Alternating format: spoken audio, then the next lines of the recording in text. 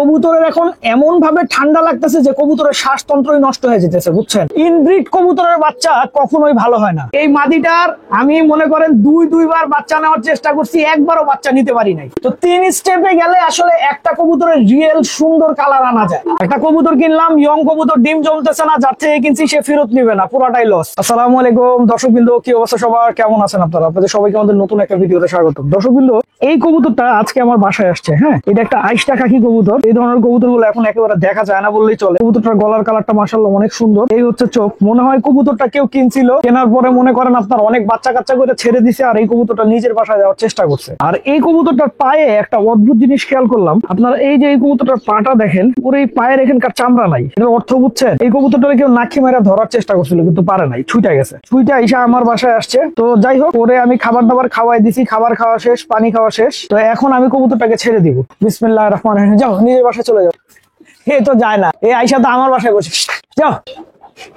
এই কবুতর তো যাইতেছে না, বলেন তো কি করা যায়? আমি ছেড়ে দিছি কিন্তু কবুতর যাইতেছে না। আসলে কবুতর ভালোবাসা বোঝে, বুঝছেন। আপনি যদি একটা কবুতরের মনে করেন ভালোবাসা দেখান, ও সেটা বুঝতে পারবে।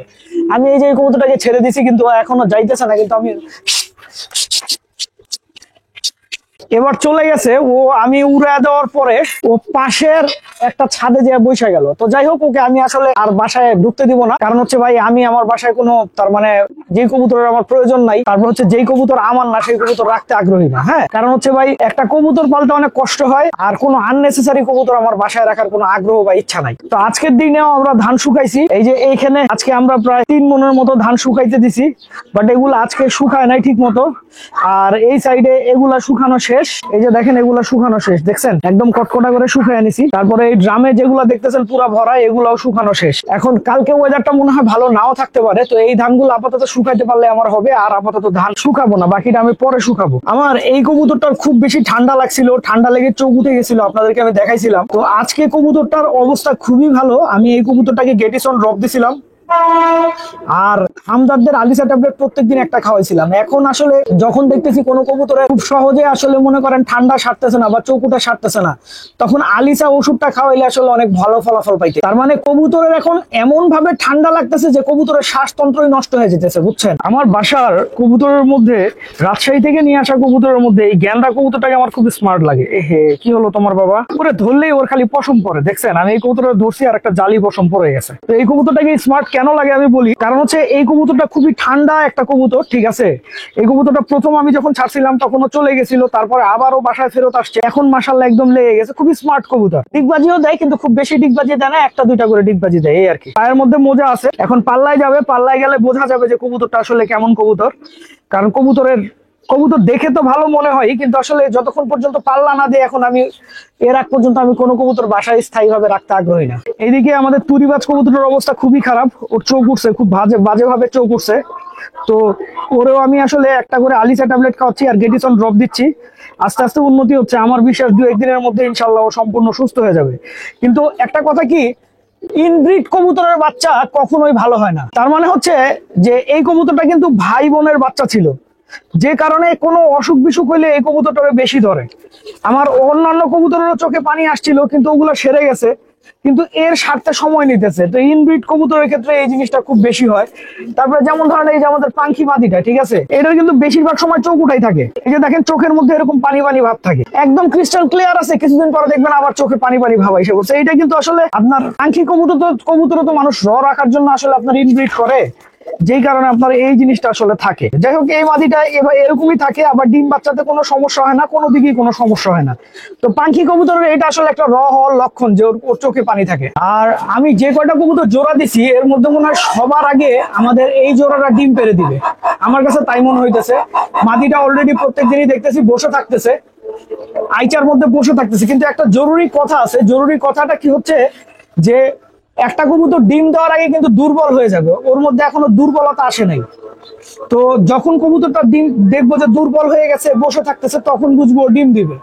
আর জোড়া তো বেশি দিন দেওয়া হয় না, একদম অল্প দিন হয়েছে জোড়া দেওয়া।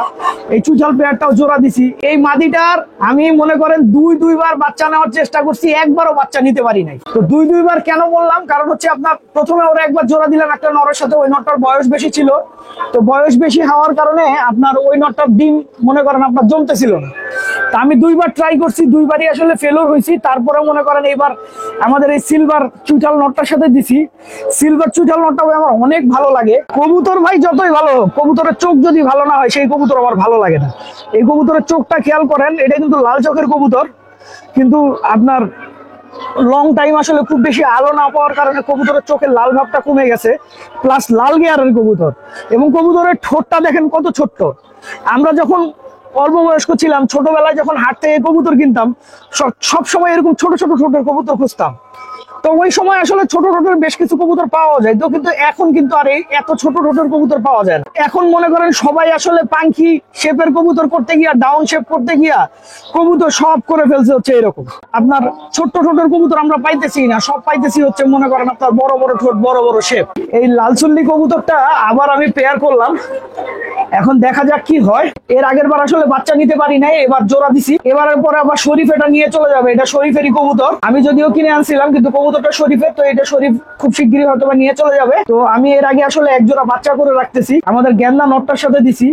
গেন্দা কবুতর গুলোর কালারটা এত সুন্দর, কবুতর গুলো দেখতে একদম পুতুলের মতো লাগে। আসলে সুন্দর জিনিস সবারই ভালো লাগে। এইখানে আবার আরেকটা গেন্দা কবুতরের সাথে দিছি হচ্ছে আমি সবজি কবুতর। এই সবজি জোড়ার বাচ্চা আপনার গেন্দাই আসে। আমি এর আগে এই পেয়ারের দুইটা বাচ্চা করছি, ওই দুইটা বাচ্চা এখন আমি উড়াইতেছি, ইনশাল্লাহ খুব শিগগিরই আমি পাল্লাও দিব। আর এইখানে আমার এই ছোট্ট বাচ্চা কবুতরটার এত পক্স হয়েছে, ঠোঁটের ভেতর পক্স দেখছেন কি অবস্থা। কবুতরের এত বেশি পক্স হলে ভাই বিরক্ত লাগে, বুঝছেন কি পক্স হয়েছে দেখেন। একদিন থেকে 2 দিন যদি খালি কয়েল দিতে দেরি হয় তাহলে কবুতরের পক্স হয়ে যায়।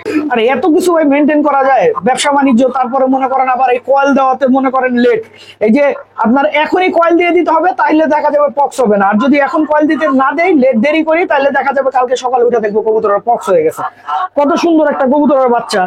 এটা হচ্ছে আমাদের অল্প বয়স্ক কবুতর যেগুলো জোড়া দিছিলাম, এর মধ্যে মনে করেন এইটা একটা, এই যে আমাদের লাল খাকি মাদির বাচ্চা। আর আমার জুলফি, এটা কিন্তু আমার জুলফিকার কবুতর। এই খাকি কবুতরটা লাল খাকি মাদি দিয়ে জুলফিকার নট দিয়ে করছিলাম।